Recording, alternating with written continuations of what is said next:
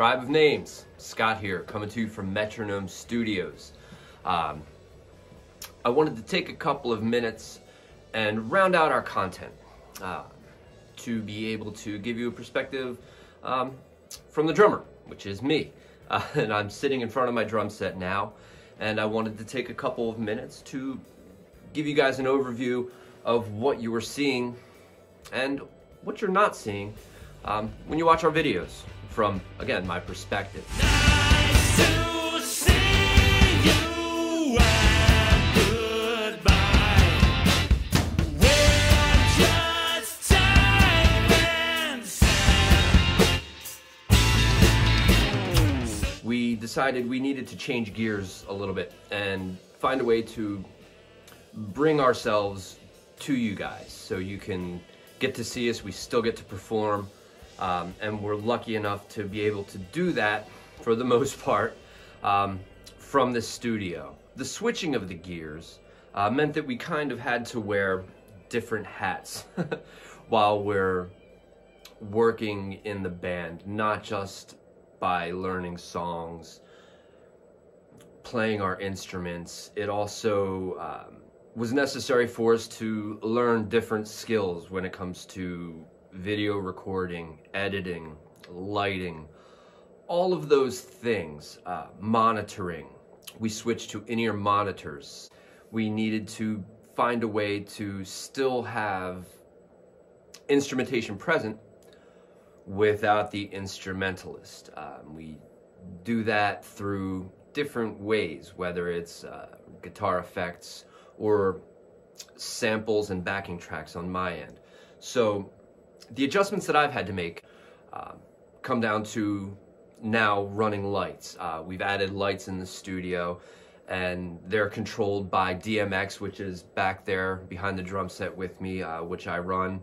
Still figuring it out, still a lot to learn, but I've got enough of an understanding to be able to use it, just enough to be dangerous. Which, you know, just enough to be dangerous brings me to my next point. The next responsibility that I've undertaken was being responsible for recording the audio of the group while we're here recording videos and songs, and as well as running the monitoring for everyone's in-ear monitors so they can hear backing tracks, we can hear each other, I can hear a click track as well as the backing tracks when I start them and stop them.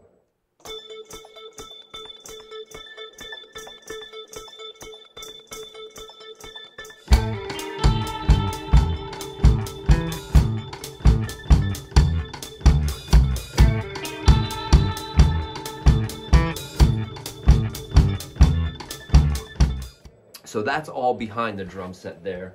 You may not be able to see it, but there is the DMX lighting control back there. And then over my left shoulder, to your right, is a Zoom Live Track 20 digital mixer. Great piece of equipment. It's got independent outputs for monitors for everyone, totally customizable to suit everyone's needs. If Carl wants to hear more of Simon's guitar, but Tom needs to hear less of Carl's guitar, and I need to hear more of everybody, I can do that very easily and efficiently to make everybody comfortable while they're playing.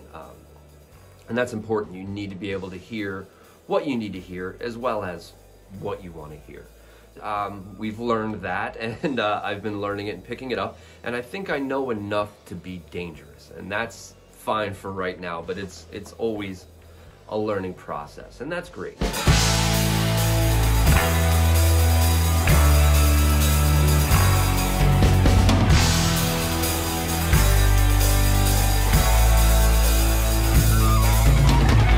Starting with the drum set, it's a Thomas Starr Classic Performer Series drum set, 5-piece. It's birch shells, great drum set. It's from 2005. I've played hundreds of gigs with it, taken it across the country. The best part about them is that it's a high-end drum set. It's got high-end features, professional features, but it comes in at an approachable price point. It sounds killer. It's got die-cast hoops, birch shells, great sizes that work for jazzier settings as well as hard rock settings. So it can be used across all genres. I love the kit. I don't think I'll ever not have it, knock on wood. I use Sabian cymbals on the drum set, different models, of course.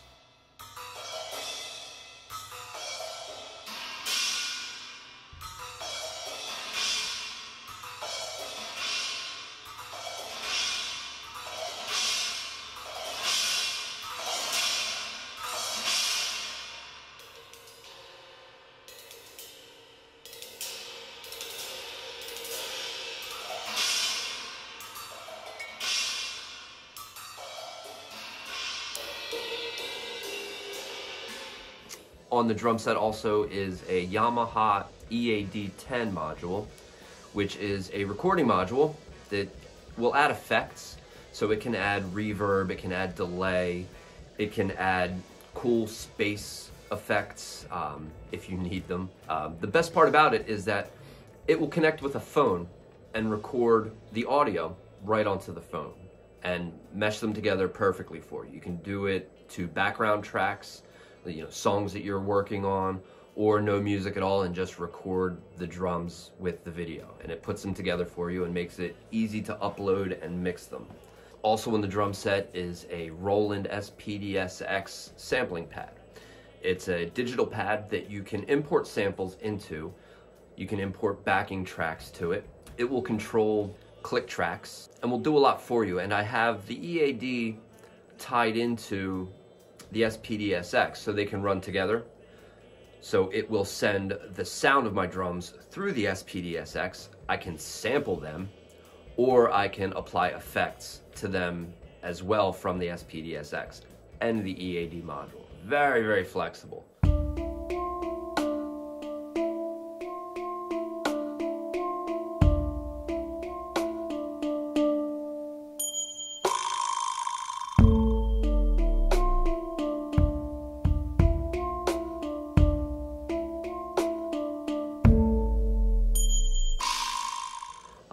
Works well together, and they can also be split apart and work independently if I need them to, when I need them to. Everything sits on a Gibraltar rack that I've customized pretty intensively to make it suit my needs, and it does. It works, does everything I need it to. Some people like to say, hey, you've got a lot of cymbals, there's a lot of stuff. How can you use all that stuff? And the goal isn't to. I like to have everything there when I need it. When you find your muse, if there's a sound that you're going for, since most of our time during quarantine and thereafter has been spent playing isolated or here, I found it easier to get as much into my drum set as possible, as opposed to taking things in and taking things out all the time. It's nice to have everything on hand. And there's a lot of stuff that can be done with this configuration as it stands.